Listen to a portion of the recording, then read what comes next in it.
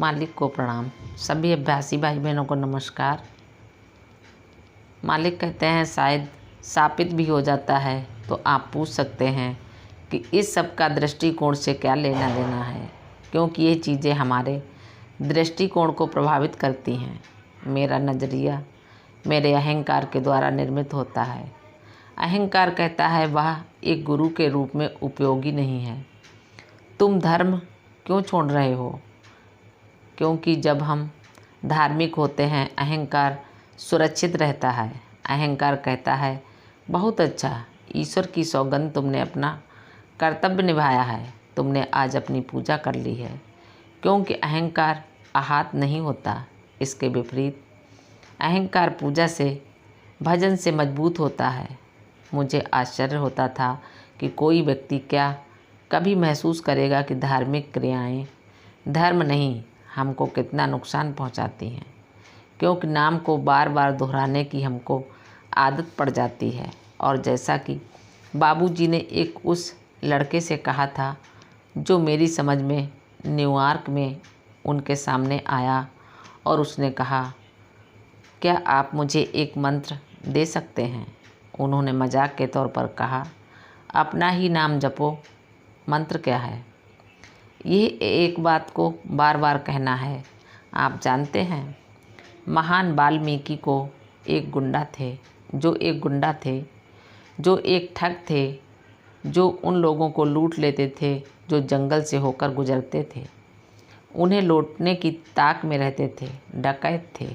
वह एक मंत्र चाहते थे और उन्होंने कहा राम राम, लेकिन वह राम राम नहीं कह सके, अतः उन्होंने मरा मरा कहा। यह बस हो जाता है कि मरा मरा राम राम का उल्टा है। आप कहते हैं मरा मरा, ये राम राम हो जाता है। ये उस मूर्खता को भी उजागर करता है कि आप इसे उल्टा कर देते हैं और वही बात कहते हैं, और ये फिर भी कारगर होती है। हम उन पुराणों के अपने पठन पाठन से गुमराह हुए हैं जो कहता है जब उन्होंने मरा मरा कहा ये राम राम हो गया, इसीलिए प्रभावी हुआ। जैसा बाबूजी ने कहा है, ये इसलिए कारगर रहा क्योंकि ये उसी चीज़ को बार बार लगातार दोहराना था और इसने आपके दिमाग को निष्क्रिय कर दिया। तो मंत्रों की और मंत्रों के बार बार उच्चारण की यही सच्चाई है। वे लोग जो कापियों में रोज़ 10 पेज राम राम या जय श्री राम जय श्री राम जय श्री राम लिखते हैं। मेरे एक रिश्तेदार थे जिन्होंने इस तरह से तमाम कापियाँ भर दी और वह सोचते थे कि वह ईश्वर की सेवा में समर्पित थे। वह धार्मिक थे, पर उनके चरित्र में कोई बदलाव नहीं था। वह अब भी क्रोधी थे, वह अब भी अपनी पत्नी पर चिल्लाते थे। उनके कोई मित्र नहीं थे, अतः जो कुछ हम करते हैं उसका प्रमाण बाहर से आना चाहिए, उससे नहीं। जो अपने बारे में सोचता है मैं महान हूँ, रावण ने ये कहा था, हिरण्याकश्यप ने ये कहा था, कंस ने ये कहा था, और क्या हुआ? अवतार आए तो आप देखते हैं धार्मिक अभ्यास में फिर से धर्म अपने मूल रूप में शिक्षाएं और जिस ढंग से इसका अभ्यास किया जाता है इसके बीच अंतर पर जोर दूंगा। धर्म कहता है विनम्रता, प्रेम, सहानुभूति, दानशीलता, और यह सब उस व्यवहार में शामिल किए गए हैं जिनके पालन के लिए हमें बताया जाता है दीजिए प्रेम कीजिए, स्वीकार कीजिए। आप जानते हैं, दीजिए प्रेम कीजिए, स्वीकार कीजिए। सबसे बड़ी चीज़ों में से एक, सबसे बड़ी दिक्कतों में से एक है स्वीकार करना। चाहे ये सहायता हो, चाहे ये मेरे पास है क्या, आप चाहेंगे नहीं घर पर हमारे पास काफ़ी है। सहनशीलता के साथ स्वीकार करना विनम्रता की निशानी है। लोग नहीं जानते, हम हमेशा कहते रहते हैं नहीं मेरे पास है। साहब, क्या आप एक सेब लेना पसंद करेंगे? नहीं मेरे पास है। घर पर मेरे पास दर्जनों हैं। और देने में यह अहंकार का प्रतीक होता है। हम प्रेम से अथवा दानशीलता या स्नेहवश अथवा आपस में बांटने के तौर पर नहीं देते हैं। मैं खिला रहा हूँ और ईश्वर कहते हैं वाह। और एक दिन आपका खाद्य भंडार साफ हो जाता है, आपकी मेज़ खाली हो जाती है और तब आपका अहंकार कहता है मदद के लिए मत कहना, क्योंकि मैंने अपने जीवन में कभी मदद नहीं मांगी, मैंने हमेशा दिया है। कर्ण, जिसकी इतनी प्रशंसा की जाती है, इससे ग्रसित था। दानवीर कर्ण महान योद्धा जो हमेशा देता रहता था और उसने अपना जीवन गंवा दिया।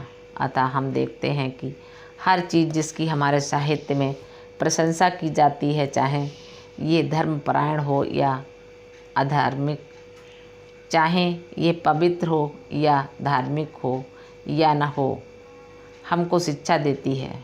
क्या जो हमको नहीं करना चाहिए ईश्वर द्वारा प्रदान किए गए उपहार, वह आपको मानवता की सेवा के लिए दिए गए हैं। मुझे अपना ज्ञान दे दो। नहीं, मेरा ज्ञान अपना नहीं कि मैं दे दूं। मान लीजिए आप एक मछली से कहते हैं तैरने की अपनी काबिलियत मुझे दे दो, वह मर जाएगी।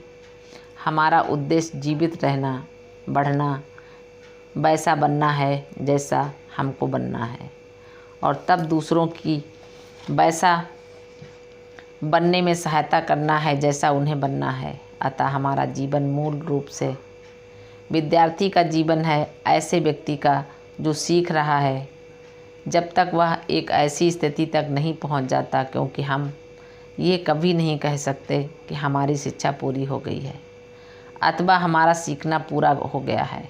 एक विशेष स्तर पर हम दूसरों की सहायता करना भी शुरू कर देते हैं और इस तरह से वह ऊपर उठता रहता है। एक एक कदम समांतर गति में मैं ऊपर और ऊपर उठता रहता हूँ।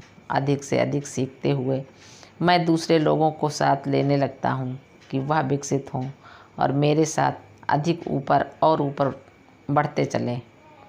और अब एक तीसरा स्तर है और एक चौथा और एक पांचवा स्तर है। यही एकमात्र रास्ता है जिससे संसार की सहायता की जा सकती है। हर व्यक्ति का स्वयं वैसा बनकर और वैसा बनने में दूसरों की सहायता करके। इसीलिए मैं सोचता हूँ कि ये बहुत महत्वपूर्ण है कि हमको उस हर चीज़ को भूल जाना है जो हमने सहज मार्ग से बाहर सीखा है। इसे झिड़कना या ये नहीं कहना है ये बेकार है, लेकिन ये कहकर कि इसमें से मैंने वह ले लिया है जो उपयोगी था। जैसे कि शरीर अपने विवेक में भोजन करता है, उसे खा लेता है जो संरचना में ऊर्जा वापस भेजने के लिए ज़रूरी है और बाकी त्याग देता है। अतः हम अपने समाज से, अपने शिक्षण संस्थानों से, अपने परिवार से, माता पिता से भी लेते हैं और तब इसका मूल्यांकन करते हैं। जो अच्छा है उसे पचाते हैं, जो बुरा है उसे त्याग देते हैं। हम ये नहीं कहते ये घृणास्पद है, क्योंकि आखिरकार उसी से मेरी ऊर्जा प्राप्त हुई है। क्योंकि वे लोग जो उसे बुरा कहते हैं, जो शरीर से बाहर फेंक दिया गया है, वे इसे गंदा, मैला और बदबूदार कहते हैं। वे लोग भी प्रकृति को हानि पहुंचा रहे हैं, क्योंकि यह केवल उसका हिस्सा है जो मुझसे होकर गुजरा है। इसे मैंने बनाया है उस कहानी की तरह जो मैंने एक जवान व्यक्ति के बारे में बताई है। जैसे कि नटवर एक उदाहरण के रूप में यदि हम कहें, जो एक बहुत ही ज्ञानी व्यक्ति के पास गया और बोला, मैं आपका शिष्य बनना चाहता हूँ। उसने कहा, मेरे लिए सबसे बुरी चीज़ ढूंढो जो तुम ढूंढ सकते हो और उसे गुरु दक्षिणा कृतज्ञता स्वरूप के रूप में मेरे पास ले आओ और मैं तुम्हें स्वीकार कर लूँगा। और 3 वर्षों तक वह ढूंढता रहा और वहाँ हमेशा कुछ अधिक बुरी चीज़ होती थी। एक दिन सोच के लिए बैठे हुए उसने कहा, अरे यही सबसे बुरी चीज़ है। कोई भी व्यक्ति इसकी ओर देखना नहीं चाहता, कोई भी व्यक्ति इसे सूंघना नहीं चाहता, कोई भी व्यक्ति इसे छूना नहीं चाहता। अतः उसने मल का कुछ भाग लेने के लिए हाथ बढ़ाया तभी उसमें से आवाज़ आई और बोली, तुम क्या कर रहे हो? नहीं नहीं, मैं तुम्हें अपनी गुरु दक्षिणा के रूप में अपने गुरु जी के पास ले जा रहा हूँ। इसने कहा, क्यों? उन्होंने कहा है मेरे लिए संसार की सबसे बुरी चीज़ लेकर आओ। और उसमें से आवाज़ निकली जो कह रही थी, क्या हम संसार की सबसे बुरी चीज़ हैं? कल मैं सेब थी, मैं बादाम का हलवा थी, मैं सुंदर सा केक थी और तुमने मुझे छू लिया और मैं ये बन गई हूँ। अब निर्णय करो कि संसार में सबसे बुरा कौन है। उसे ज्ञानोदय हो गया, जैसा कि लोग कहते हैं। ज्ञान पैदा हो गया। उसने अपने हाथ धोए और अपने गुरु के पास गया। गुरु ने कहा, तुम वही जवान आदमी हो जो कुछ वर्षों पहले मेरे पास आए थे। हाँ। तुम मेरी गुरु दक्षिणा ले आए? हाँ।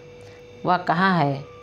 वह उनके पैरों पर गिर पड़ा और गुरु ने कहा, मैंने तुमसे वह सबसे बुरी चीज़ लाने को कहा था जो तुम ढूंढ सकते हो। उसने कहा, वह मैं ही हूँ मेरे स्वामी। और उसे स्वीकार कर लिया गया। इसलिए हम इस संसार को नुकसान पहुँचा रहे हैं। हम गंदगी करते हैं, गंदगी पैदा करते हैं और फिर अन्य हर चीज़ को दोष देते हैं। और हमारी गंदगी हवा में उड़ती चिड़ियों के द्वारा, जानवरों के द्वारा, पानी और आग के द्वारा साफ कर दी जाती है। आप जानते हैं, तो विनम्रता के लिए इसी की ज़रूरत है। मैं ही सबसे बुरा हूँ।